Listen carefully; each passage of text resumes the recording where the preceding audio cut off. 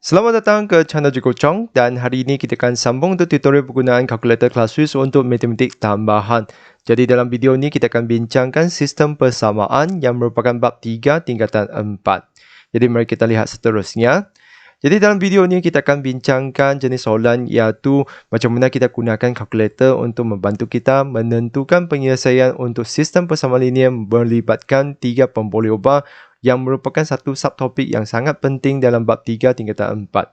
Jadi dalam video ni saya akan bincangkan dua contoh yang saya ambil daripada buku teks. Jadi mari kita lihat contoh yang pertama.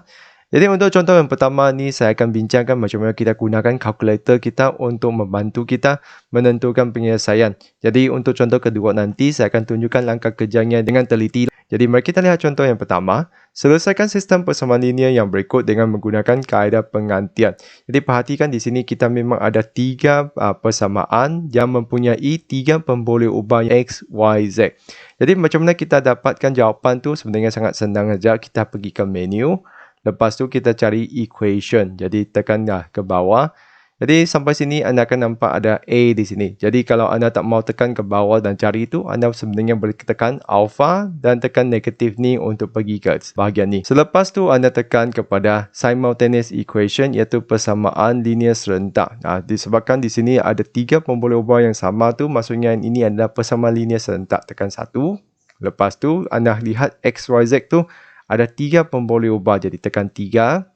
Selepas tu anda hanya perlu tekan masuk nombornya, iaitu apakah nombor di depan X, Y dan juga Z. Jadi untuk persamaan yang pertama tu kita ada 3 di depan X, jadi tekan 3, tekan sama dengan. Lepas tu Y tu tak ada nombor dengan tanda negatif tu, maksudnya adalah negatif 1, tekan sama dengan. Lepas tu kita punya Z tu negatif 1 dan tekan sama dengan. Dan sebelah ini adalah kita tekan sebelah nombor tu iaitu negatif 120. Tekan sama dengan. Lepas tu masuk kepada persamaan kedua. Kalau kita perhatikan untuk persamaan kedua tu dia tak ada pemboleh ubah X. Maksudnya untuk X tu perkalinya adalah sifar. Itulah kenapa dia tak ada. Lepas tu untuk Y pula kalau tak ada nombor langsung dan tak ada tanda apa-apa, maksudnya adalah positif 1. Lepas tu untuk Z pula adalah negatif 2. Tekan sama dengan. Dan terakhir sekali adalah kita masukkan nombor ke sebelah ni iaitu 30.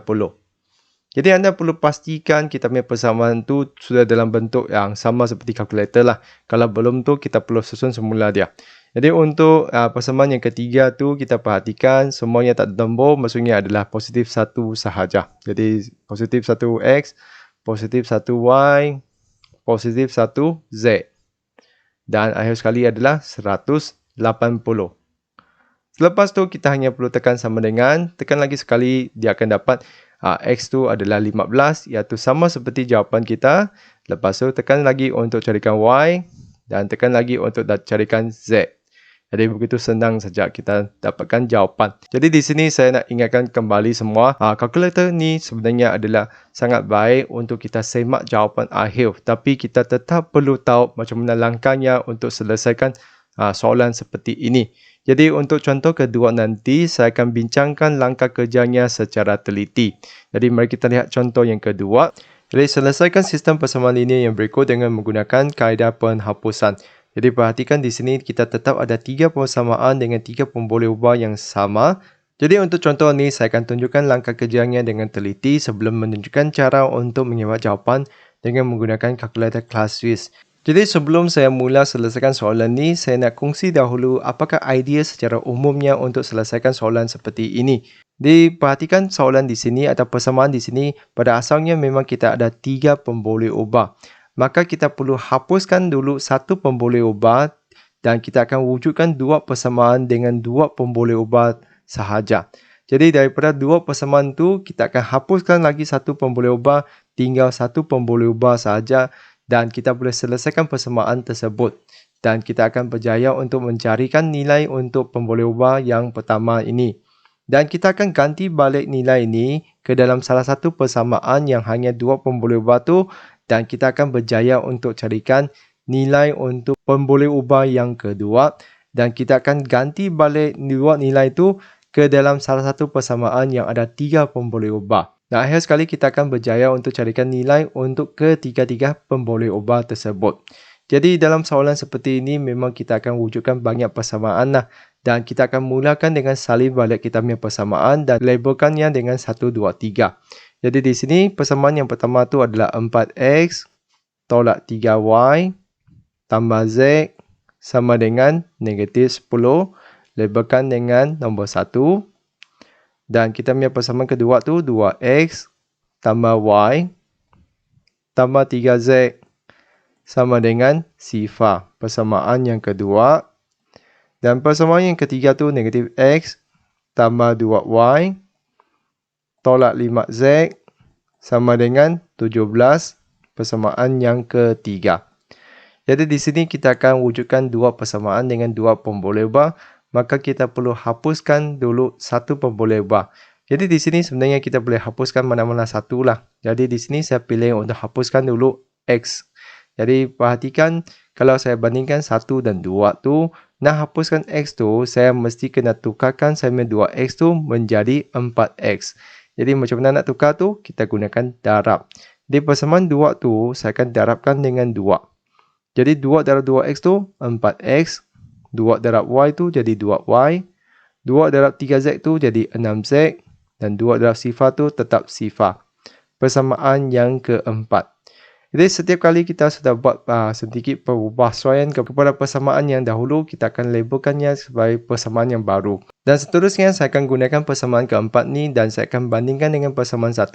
Jadi di sini macam mana saya nak hapuskan saya punya 4x. Perhatikan di sini 4x dan 4x ni adalah pada tanda yang sama iaitu positif. Jadi nak hapuskannya saya perlu gunakan tolak. Jadi saya boleh gunakan 4 tolak dengan persamaan 1. Jadi 4x tolak 4x tu sudah hilang. Jadi seterusnya saya hanya tinggal 2y tolak dengan negatif 3y. Dan saya punya 6z tolak dengan z.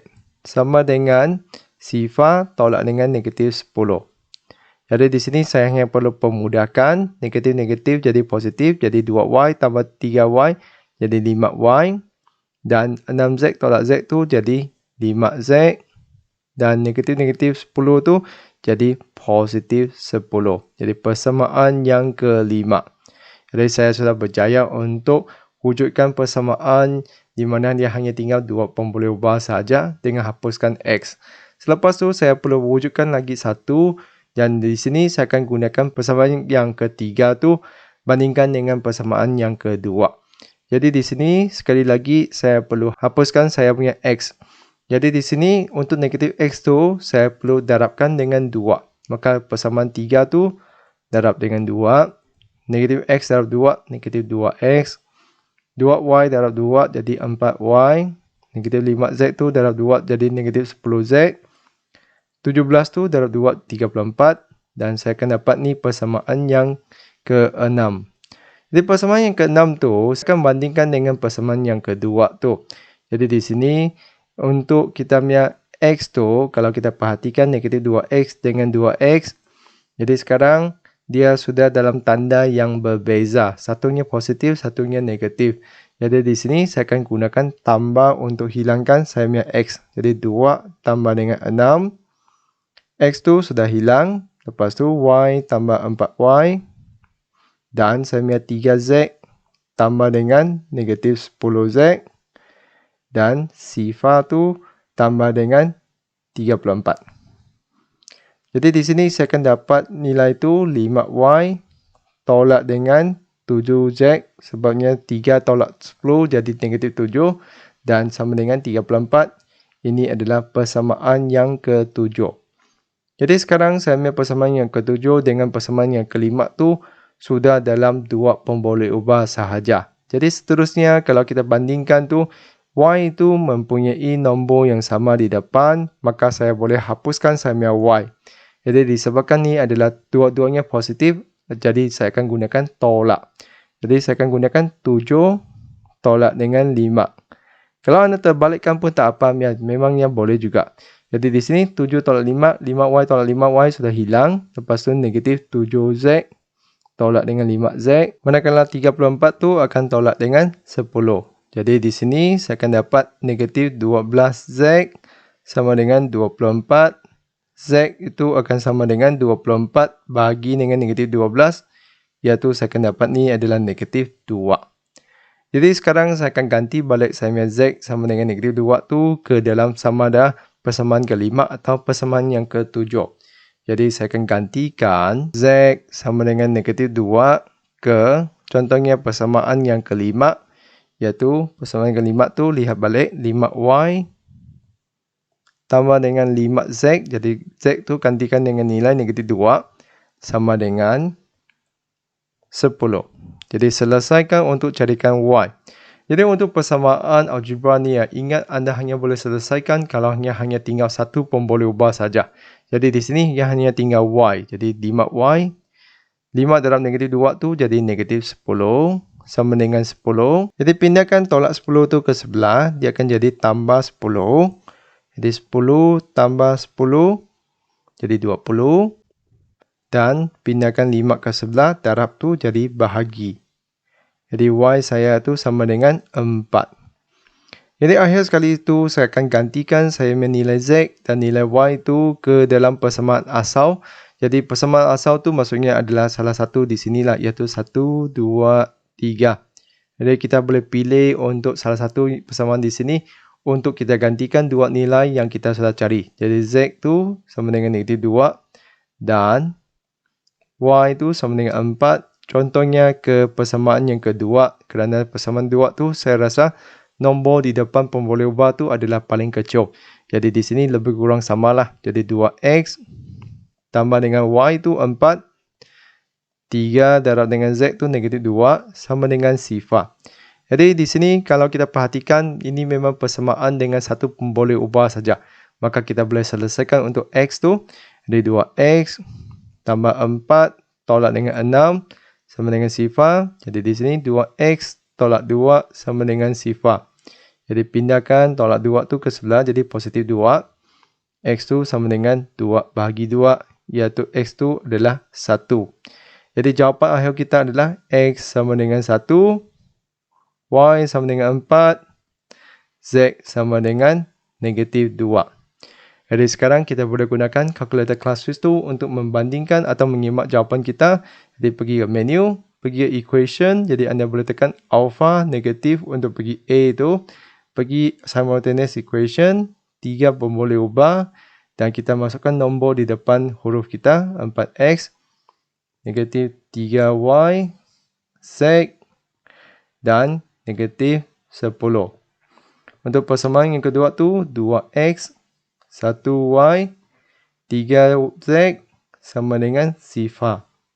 Dan akhir sekali itu negatif 1X, 2Y, negatif 5Z, 17. Jadi tekan sama dengan lagi.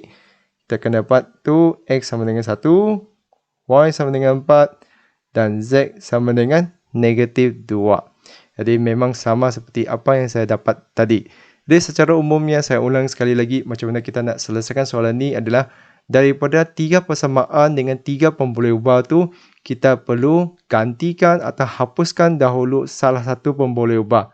Maka kita akan wujudkan 2 persamaan dengan 2 pemboleh ubah sahaja. Selepas tu daripada 2 persamaan tu kita akan hapus atau gantikan lagi satu pemboleh ubah tu, tinggal satu pemboleh ubah sahaja. Jadi apabila persamaan tu dengan satu pemboleh ubah, maka kita boleh selesaikan persamaan tu untuk carikan nilai untuk pemboleh ubah tersebut. Selepas tu baru kita ganti balik ke dalam persamaan yang 2 pemboleh ubah untuk carikan nilai untuk pemboleh ubah yang kedua. Dan akhir sekali apabila kita sudah ada 2 nilai, kita boleh ganti ke dalam persamaan yang 3 pemboleh ubah tu untuk carikan nilai untuk pemboleh ubah yang terakhir tu. Jadi begitulah idea secara umum macam mana kita nak selesaikan soalan seperti ini. Dan akhir sekali kita boleh gunakan calculator Classwiz ni untuk menyimak jawapan kita. Jadi di sini saya juga nak bagi tahu atau kongsikan satu kekangan yang mungkin anda hadapi semasa menyelesaikan soalan ni. Sebab kadang-kadang kita punya pemboleh ubah tu tidak semestinya adalah X, Y, Z. Jadi kalau anda temu persamaan dengan pemboleh ubah yang lain tu, anda boleh mula dengan labelkan sendiri untuk pemboleh ubah tersebut. Jadi anda gunakan X, Y, Z lah. Sebab kalkulator tu memangnya pada asal tu gunakan XYZ sahaja. Jadi begitu sahaja perkongsian kali ini. Jadi saya harap video ini dapat membantu anda semua untuk lebih memahami macam mana kita selesaikan sistem persamaan linear. Jadi selepas perkongsian ini saya percaya mungkin ada antara anda yang berminat untuk membeli calculator ClassWiz ni. Jadi seterusnya saya kongsikan satu tutorial macam mana kita boleh membeli calculator ClassWiz ni melalui Casio Official Store di Shopee Malaysia yang saya rasa sangat berbaloi. Jadi tanpa melengah masa, mari kita saksikan. Jadi Cikgu Chong sekarang akan demo kepada anda macam mana nak membelinya. Jadi Cikgu Chong sudah letakkan link dalam setiap video tutorial mengenai calculator ClassWiz ni. Jadi anda tekan mana-mana satu saja. Selepas tu anda tekan bahagian penerangannya dan anda akan nampak terdapat link item calculator Casio ClassWiz ni. Jadi anda boleh tekan link tersebut dan pastikan telefon anda sudah memasang aplikasi Shopee Malaysia. Dan di sini anda boleh tekan add to cart dan dia akan link anda ke aplikasi Shopee Malaysia. Jadi kita akan pergi ke laman yang menunjukkan Casio Scientific Calculator FX570EX dan harga originalnya adalah 79 dan ini sellernya adalah Casio Official Store iaitu casio.os. Dan di sini kalau anda perhatikan terdapat satu tawaran iaitu free L-shape folder. Jadi ini adalah satu tawaran khas yang ditawarkan oleh Casio Official Store. Selepas tu anda tekan add to cart dan di sini saya nak kongsi dengan semua macam mana kita nak masukkan satu kod diskaun khas daripada channel Cikgu Chong. Tu tekan tick dulu. Lepas tu anda masukkan di sini, tekan enter shop voucher code. Tekan Casio huruf kecil CCW iaitu singkatan nama saya lah. Lepas tu tekan apply. Dan anda akan dapat jimat lagi RM5. Jadi di sini anda punya harga tu menjadi 74 sahaja. Selepas anda masukkan semua kod tu, anda boleh buat pembelian lah. Jadi itu saja untuk video kali ini. Sekian, terima kasih. Kita jumpa lagi.